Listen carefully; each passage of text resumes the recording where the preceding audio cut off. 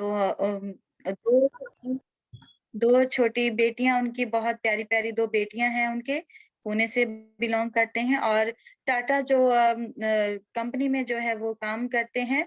और प्रभु ने बहुत जो है इस परिवार को ब्लेस किया है और बहुत अच्छी जो मिनिस्ट्री जो चला रहे हैं ब्रदर सतनाम जी, बहुत अच्छा काम जो है प्रभु की सेवकाई में ये करते हैं। तो ब्रदर सतनाम जी, हम आपका स्वागत करते हैं, प्रभु आपको आशीष दे। Thank you so much sister, अच्छे शब्दों के लिए। और धन्यवाद देते हैं मैम का, जिन्होंने मौका दिया कि हम परमेश्वर की महिमा कर सकें।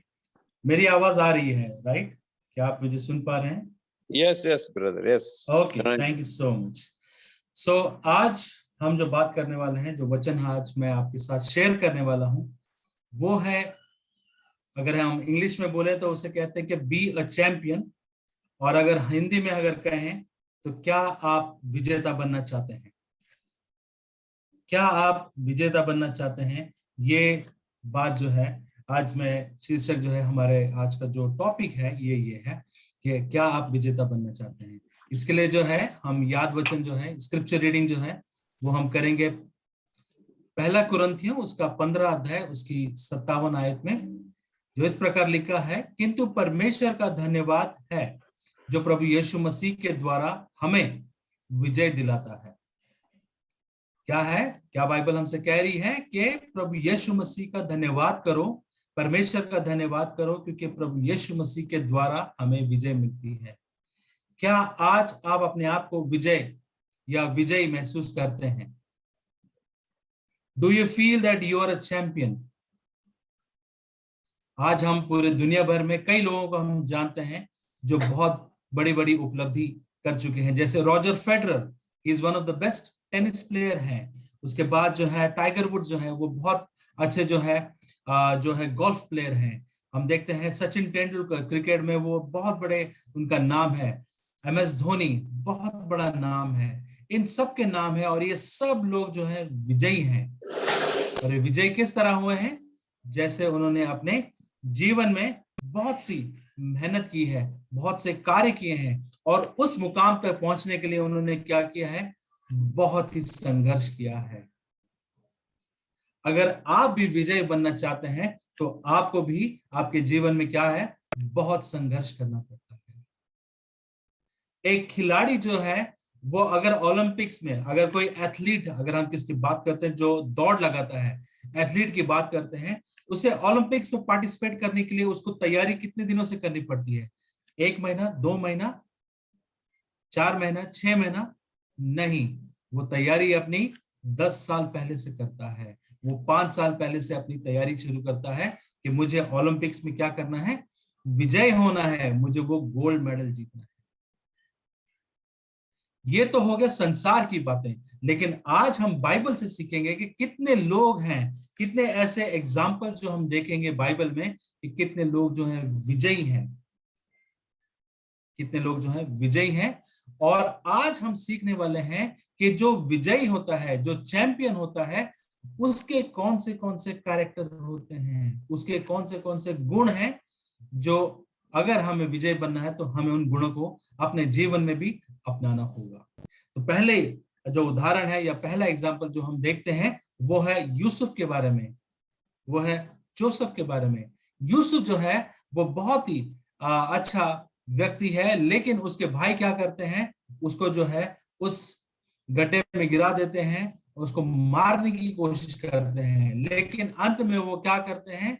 उसको जो है एक गुलामी में जो है उसे भेज देते हैं, उसे बेच दिया जाता है। गुलामी में बेच देने के बाद जो है वो उस पोतीफर के घर में काम करता है जहां पर वो गुलाम बना है, और वहां पर उसकी पत्नी जो है उस पर झूठे लांछन लगाती है, उस पर इल्जाम लगाती है, जिसके कारण वो जेल में जाता है। जेल में जाने के बाद भी जो है वो कई सारी परेशानियों से जा रहा है, लेकिन उन परेशानियों में भी अंत की कहानी को अगर इसको हम सारांश में बताएं, अंत में हम देखते हैं वो क्या हो जाता है?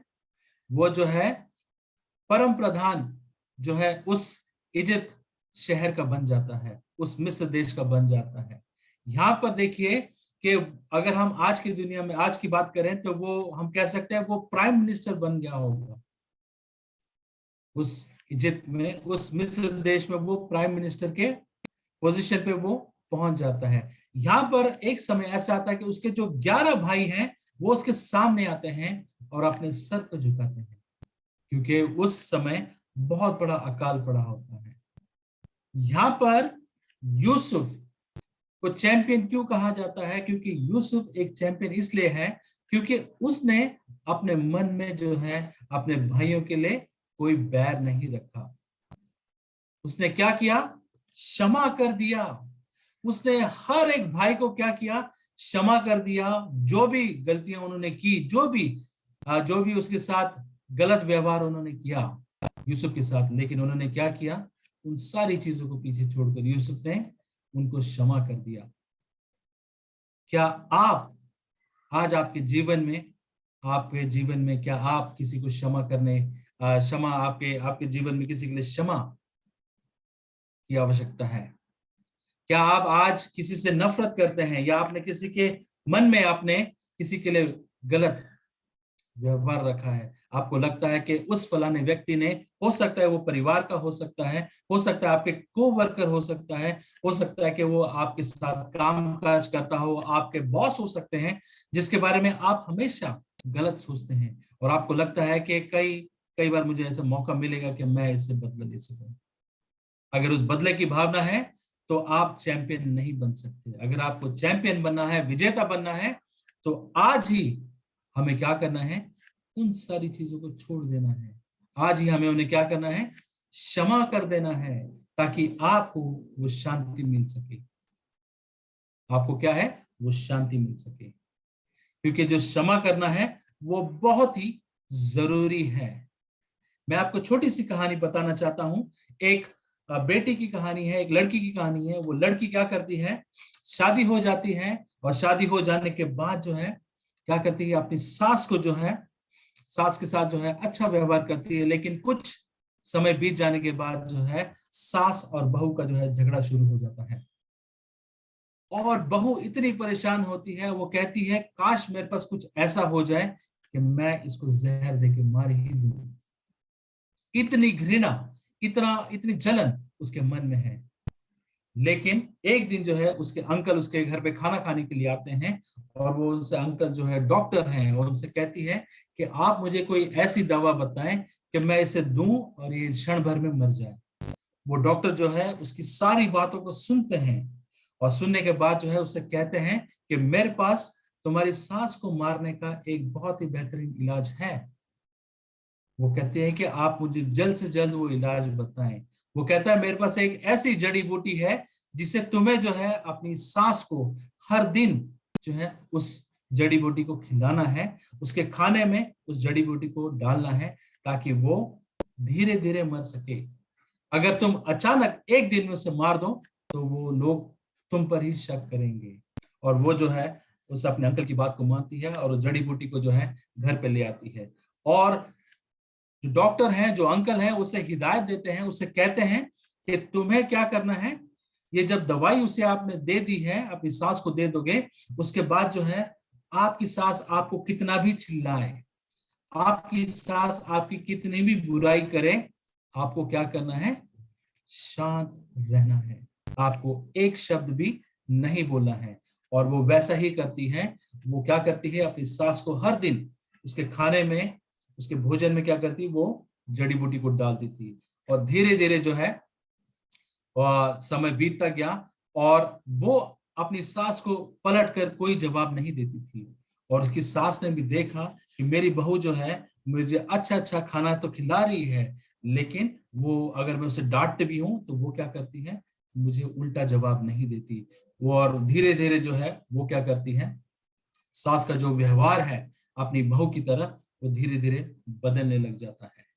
और एक समय ऐसा आता है कि उसकी सास की कुछ जो महिला मंडल होती है, उनकी जो उनके फ्रेंड्स होते हैं, उसकी सास के जितने भी फ्रेंड्स हैं एक दिन घर पर आते हैं, और वो सास जो है अपनी बहू की बहुत बहुत तारीफ करती है, और वो कहती है कि मेरी बहू बहुत अच्छी है, वो मुझे अच्छे अच्छे खाना खिलाती है, और अगर मैं उसे डांट भी दूं वो क्या करती है? मुझे पलट कर जवाब भी नहीं देती। पहला ऐसा नहीं था, लेकिन अभी बहुत बड़ा बदलाव आ चुका है। लेकिन जब ये बात वो लड़की सुनती है, उसकी बहू सुनती है, वो अंदर ही अंदर खुश होती है और वो भागते हुए जो है उस डॉक्टर के अंकल के पास जाती है और उससे कहती है कि अंकल, मैं मेरी सास को नहीं मारना चाहती, वो बहुत बदल चुकी है, वो बहुत अच्छी हो गई है, वो मेरी बुराइयां नहीं करती, अब वो ठीक हो चुकी है। तो अंकल से कहती कि आप जो जड़ी बूटी दे रहे हैं वो मैं अब उसे नहीं दूंगी, बस मैं चाहती हूँ कि वो ठीक ठाक रहे। तो जो डॉक्टर अंकल हैं उसे कहते हैं कि जो जड़ी बूटी मैंने आपको दी है वो तो उनकी सेहत, उनके अच्छे के लिए है, उसमें कोई जहर नहीं है। जो जहर कहाँ था? जहर उसके दिमाग में था। तो जहर उसने अपने दिमाग में रखा था अपनी सास के प्रति। उस जहर की वजह से वो अपनी सास की जो है बुराइयां करती थी, और वही सास जो है अपनी बेटी की और अपनी बहू की भी वही बुराइयां करती थी। तो जब हम उस जहर को बाहर निकालते हैं और उन चीजों को क्षमा करते हैं, तो क्या होता है मेरे अजीजों? वो सारी चीजें सही हो जाती हैं। और आज अगर आपके जीवन में, आपके मन में किसी के लिए मन मुटाव है, तो आज ही वो समय है कि आप उसे बाहर निकाल दें, क्योंकि परमेश्वर ने आपको क्या किया है, जो हमने पहला वचन जो स्क्रिप्चर रीडिंग में पढ़ा कि परमेश्वर का धन्यवाद करो क्योंकि प्रभु यीशु मसीह के द्वारा हम विजय, जो हमें विजय दिलाता है, हम विजयी बनना चाहते हैं। अगर आप चैंपियन बनना चाहते हैं तो पहला चीज हमें जो क्या सीखनी है, हमें जो है नम्र होना पड़ेगा। हमें क्या करना चाहिए? हमें माफी देनी पड़ेगी सभी को। हमें जो है किसी के लिए अपने मन में मन मुटाव नहीं रखना पड़ेगा। दूसरी चीज या दूसरा उदाहरण हम बाइबल में देखते हैं, वो मूसा के बारे में है। मूसा का उदाहरण हम बहुत अच्छी रीति से देखते हैं। हम सब लोग जो है मूसा की कहानी को जानते हैं, कैसे उसने जो है इजराइल लोगों को जो है बाहर लेके आया मिस्र देश से, और कैसे जो है वो परमेश्वर के साथ बातें करता था, और कैसे उसने जो है परमेश्वर के सामने जो है अपने लोगों के लिए लड़ाई करी। एक समय ऐसा आया कि परमेश्वर ने कहा कि मैं इन सब लोगों को मार देना चाहता हूं। ये सब लोग जो हैं हमेशा कंप्लेन ही करते रहते हैं। इनको मैं इतना कुछ दे चुका हूं, लेकिन इसके बावजूद भी जो है ये हमेशा कंप्लेन करते हैं। यहाँ पर जो है मूसा उनसे क्या कहता है? मोसेस उनसे कहता है कि परमेश्वर, अगर तुम्हें इन्हें दंड देना है तो सबसे पहले दंड मुझे दो, क्योंकि मैं इनको बाहर लेके आया हूं। क्या आप भी आज मूसा की तरह सोच सकते हैं? क्या आप भी अपने रिश्तेदारों से, अपने दोस्तों के बारे में सोचते हैं, अपने दूसरों के बारे में सोचते हैं? क्या आप भी सोचते हैं कि मैं किसी के लिए आशीष का कारण बन सकता हूं? क्या आज आपके जीवन में वो कैरेक्टर है, वो गुण आप पाना चाहते हैं कि आप दूसरों से पहले अपने आप को जो है उनके लिए समर्पित करें? क्या आप दूसरों के बारे में सोचते हैं जैसा मूसा सोचता था? आगे जो है तीसरी चीज जो मैं आपसे शेयर करना चाहता हूं, वो है सच्चाई के बारे में। और सच्चाई के बारे में अगर हम उदाहरण देखते हैं बाइबल में, वो एलिया नबी का उदाहरण बहुत अच्छी तरह से बताया, जहां पर जो है एलिया नबी जो है करमेल पर्वत पर जो बैठा है और वो जो है अपने परमेश्वर से दुहाई कर रहा है। और करमेल पर्वत पर वही अहाब के लोग 400 नबी जो है वो इकट्ठे हुए हैं, क्या करने के लिए? उस बाल देवता की पूजा करने के लिए, उसकी आराधना करने के लिए, ताकि वहां बारिश हो सके। आज हमारे जीवन में भी कई सारे ऐसे लोग हैं, वो क्या करते हैं? झूठों पर विश्वास करते हैं, झूठी बातों पर ज्यादा विश्वास करते हैं और सच्चाई पर नहीं। आज दुनिया भर में लोग जो है सैबत को भूल चुके हैं। वो जानते हैं कि सैबत इज ऑन सैटरडे, शनिवार का दिन सैबत का है, लेकिन फिर भी वो क्या करते हैं? संडे लॉ फॉलो कर रहे हैं। मेजॉरिटी लोग क्या करते हैं? वो संडे लॉ अभी भी फॉलो कर रहे हैं, जबकि बाइबल क्लियरली बताता है कि सैबत इज ऑन सैटरडे, सबत का दिन शनिवार का दिन है, और वही सच्चा दिन है और वही सही दिन है। लेकिन मेजॉरिटी क्या कर रही है? गलत दिन को जो है मना रही है। कई बार हो सकता है कि अंत का समय ऐसा आएगा जहां पर आप सोचें कि जहां मेजॉरिटी है मुझे वहीं पर हो जाना चाहिए। अगर मैं नहीं होऊंगा तो शायद मैं मारा जाऊंगा।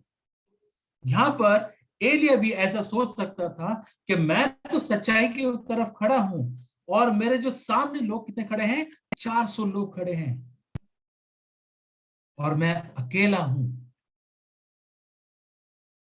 क्या आपको भी ऐसा महसूस होता है कि आप सच्चाई में हैं और आपके साथ जो लोग हैं वो गलत लोग हैं, वो दूसरे रास्ते पर जा रहे हैं, वो गलत संगति में फंसे हुए हैं और वो आपसे भी कह रहे हैं कि तुम हमारी तरफ हो जाओ। लेकिन मेरे अजीजों, हमें क्या करना है? हमें सिर्फ सच्चाई के ऊपर रुकना है, हमें सच्चाई के ऊपर ठहरना है। और हमारी सच्चाई, जब हम सच्चाई पर ठहरेंगे तो हमारे साथ सच्चाई वाला कौन है? सिर्फ और सिर्फ हमारा परमेश्वर, वो हमारे साथ है। तो मेरे अजीजों, अगर आज आपके जीवन में आपको ऐसा कभी मौका है कि जहां आपको सच्चाई पर खड़े रहना हो, तो आपको जो है सच्चाई पर ही हमेशा खड़े रहना चाहिए। बहुमत कितना भी ज्यादा हो, कितने भी लोग जो है एक तरफा हो, लेकिन आप सिर्फ और सिर्फ सच्चाई के ऊपर खड़े रहें, जिस तरह एलिया नबी ने किया। और मैं आपको बता दूं, एलिया नबी अकेला नहीं था। भले वहां पर हम देख रहे हैं कि वो अकेला है, लेकिन वो अलौकिक परमेश्वर की सामर्थ उसके साथ थी, जिसकी वजह से हम देखते हैं कि वो आकाश से क्या हुई? वो आग बरसी और वो 400 नबी एक झटके में खत्म हो गए। मेरे अजीजों, जब हम सच्चाई पर चलते हैं तो हमारा साथ परमेश्वर देता है। भले हमारे साथ कोई भी ना हो, लेकिन परमेश्वर आपके साथ है। तो ये गुण हमारे में होना चाहिए कि हम कैसे भी मुश्किलात आए, कैसे भी परेशानी आए, हमें सच्चाई को नहीं छोड़ना है। आगे जो है पांचवी बात जो हम बताना चाहता हूं, वो है मुश्किलात का समय आता है तब कई बार जो है हम घबरा जाते हैं।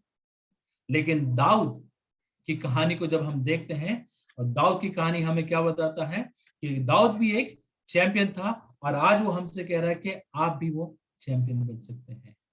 सब लोग डर चुके थे उस पहाड़ी में, उस यहूदा की वादियों में। वो कह रहे थे कि गोलायत बहुत बड़ा दानव है, गोलायत बहुत बड़ा दानव है, उसके साथ कोई नहीं लड़ सकता। लेकिन यहां पर हम देखते हैं दाऊद क्या कह रहा है? ये तो खतना रहित पलिश्ती है, इसको तो मैं यूं ही खत्म कर दूंगा, क्योंकि मैं किसके नाम से आ रहा हूं? मैं उस महान परमेश्वर के नाम से आ रहा हूं। लोग कह रहे हैं कि ये बहुत बड़ा दानव है, लेकिन दाऊद कह रहा है इससे भी बड़ा मेरे साथ जो दानव है, मेरा परमेश्वर है, वो मेरे साथ है। तो अजीजों, अगर आपके जीवन में अगर कोई मुश्किलात आती है और आपको लगता है वो मुश्किलात मेरे जीवन में बहुत बड़ी है, तो मेरे अजीजों, आप इस समय गलत हैं, क्योंकि आपके साथ परमेश्वर है। और जब परमेश्वर हमारे साथ है तो हमारा बैरी कौन हो सकता है? जब परमेश्वर हमारे साथ है तो हमारी मुश्किलें वो बहुत छोटी हो जाती हैं। इसलिए मेरे अजीजों, जिस तरह दाऊद ने उस फलिस्ती को, उस गोलायत को मारा और सारी मुश्किलें, सारी बाधाओं को जो है खत्म किया, उसी रीति से आप भी एक चैंपियन हैं। आपके जीवन में अगर कोई मुश्किलात आती हैं तो आप दाऊद की तरह सोचें कि मुश्किलें तो बड़ी हैं, लेकिन मेरा परमेश्वर इससे भी बड़ा है, जो इन मुश्किलों से हमें बाहर निकालने वाला है। आगे की कहानी को जो है मैं आपको बताना चाहता हूँ, एक स्त्री के बारे में है, जो है शुनमीन स्त्री के बारे में हम पढ़ते हैं, जो दूसरा राजा उसके चार बाप में जो हम उस कहानी को हम पढ़ सकते हैं। यहाँ पर वो स्त्री जो है अपना बेटा जो है खो देती है, जब अलीशा जो है उसे आशीष देता है कि तेरे घर में बेटा होगा, और वो बेटा एक दिन क्या हो जाता है? मर जाता है। और वो स्त्री जो है अलीशा से मिलने के लिए कारमेल पर्वत पर आती है, और वहां पर जो है अलीशा जब उसे देखता है तो वो अपने जो सेवक है गहीजी से कहता है कि देखो वो स्त्री आ रही है, तुम दौड़कर उसके पास जाओ और उससे कहो कि सब कुछ कुशल है, क्या तुम्हारा पति ठीक है, क्या तुम्हारा बच्चा ठीक है? और गहेजी क्या करता है? वो वहां उस स्त्री से पूछता है, और यहां पर मैं देखता हूं वो स्त्री बहुत ही अद्भुत उत्तर देती है।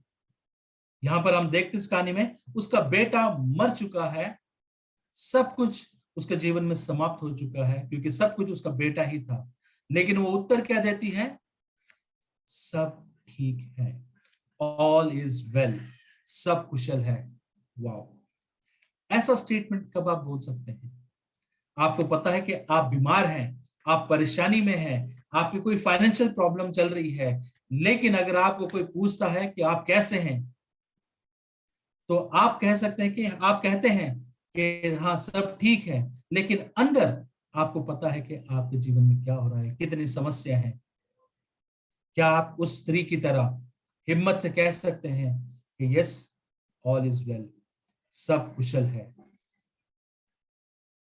ये अजीजों बहुत ही अद्भुत कहानी है। ये शून्यमती जो स्त्री है, ये हमें क्या बता रही है कि तुम्हारा विश्वास कितना बड़ा है, क्योंकि वो इसी विश्वास के साथ एलीशा के पास आई थी कि वो जानती थी कि ये परमेश्वर का जन है, ये परमेश्वर का नबी है, और इससे मैं जो कहूंगी वो मेरे लिए कर देगा। और उसने कहा कि सब कुछ ठीक है, क्योंकि मैं परमेश्वर पर विश्वास रखती हूँ।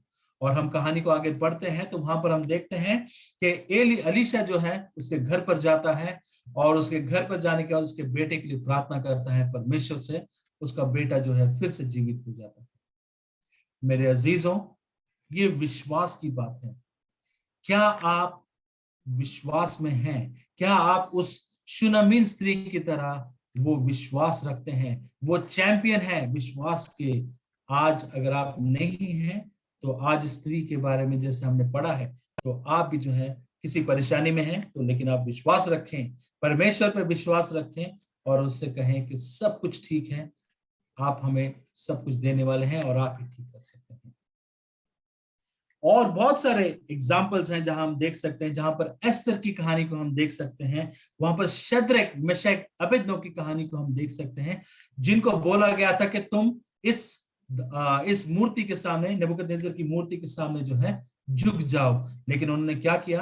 उन्होंने सिर्फ और सिर्फ परमेश्वर पर विश्वास किया, और उन्होंने कहा अगर हम मर भी जाएंगे तो भी हम जो है इस मूर्ति के सामने नहीं झुकेंगे। अगर आप मुझे आग की भट्टी में डाल भी दोगे तो भी मैं जो हूं परमेश्वर को ही मानूंगा और उसके सामने ही अपनी शीश झुकाऊंगा, ना ही इन मूर्तियों के ऊपर।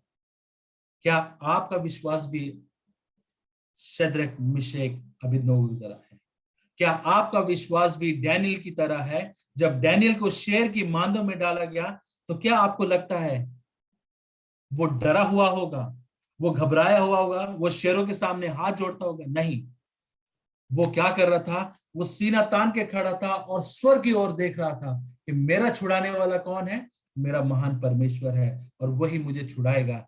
और शेरों के मुंह अपने आप बंद हो गए। आमीन। बहुत ही अद्भुत कहानी हम देखते हैं इन चीजों के बारे में। और मैं आपको आखिर में एक कहानी बताना चाहता हूं उस स्त्री के बारे में, उस गरीब स्त्री के बारे में जो है जो है मंदिर में जाती है, जो लूका की किताब में हम पढ़ सकते हैं, जो मंदिर में जाती है और उसके पास कितने सिक्के हैं? सिर्फ और सिर्फ 2 सिक्के हैं। और वहां पर लोग उसका मजाक उड़ाते हैं और कहते हैं कि तुम्हारे पास तो सिर्फ 2 ही सिक्के हैं परमेश्वर को देने के लिए। वहां पर प्रभु यीशु मसीह उससे क्या कहते हैं? लोगों से क्या कहते हैं कि तुम लोगों ने थोड़ा दिया है, जो आपके पास है उसमें से आपने थोड़ा सा दिया है। लेकिन ये महिला ने, ये स्त्री ने क्या किया है? अपना सब कुछ जो है परमेश्वर को दे दिया है। मेरे अजीजों, क्या आप भी अपना सब कुछ परमेश्वर के हाथों में सौंपते हैं? सब कुछ परमेश्वर के हाथों में सौंपते हैं?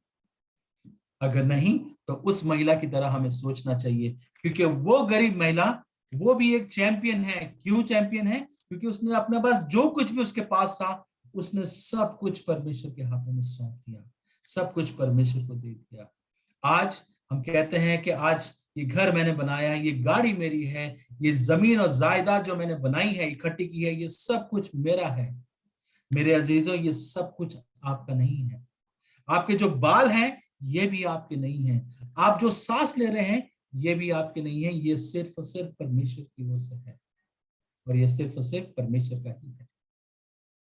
इसलिए अगर आप विजय बनना चाहते हैं तो आपको उस स्त्री की तरह सोचना होगा। आपको जो है यूसुफ की तरह सोचना होगा।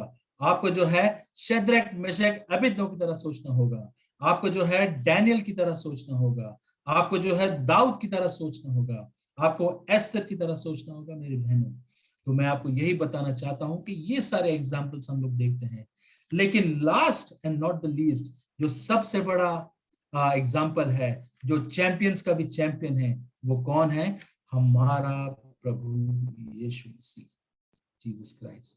उसने अपने स्वर्ग के सिंहासन को छोड़कर किसके लिए आया? आपके लिए और मेरे लिए आया। उसने जान उस क्रूस पे क्यों दी?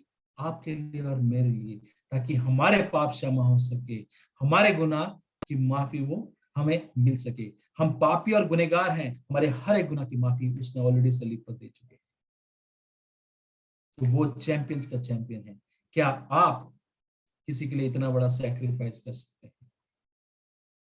शायद नहीं कर सकते मेरे अजीजों, मैं खुद भी नहीं कर सकता, क्योंकि मैं जानता हूं कि मैं कितना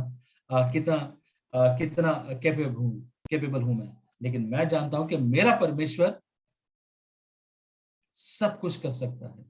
with man few things are possible, but with man there is nothing which is with God which is there is nothing which is impossible। परमेश्वर के लिए सब कुछ मुमकिन है। मनुष्य के लिए बातें मुमकिन है, लेकिन परमेश्वर के लिए सब कुछ मुमकिन है। परमेश्वर सब कुछ कर सकता है हमारे लिए। इसीलिए मेरे अजीजों, मैं आपसे यही आखिर में कहना चाहता हूं, जो परमेश्वर हमें कह रहे हैं कुलोसियों की किताब उसके 3 अध्याय में 12 से 14 आयत में वो हमसे बता रहे हैं कि आपके जीवन में अगर आपको चैंपियन बनना है तो आपके जीवन में कौन सी क्वालिटीज होनी चाहिए। जो लिखा है, क्योंकि परमेश्वर ने चुने हुए पवित्र और प्रियजन हो।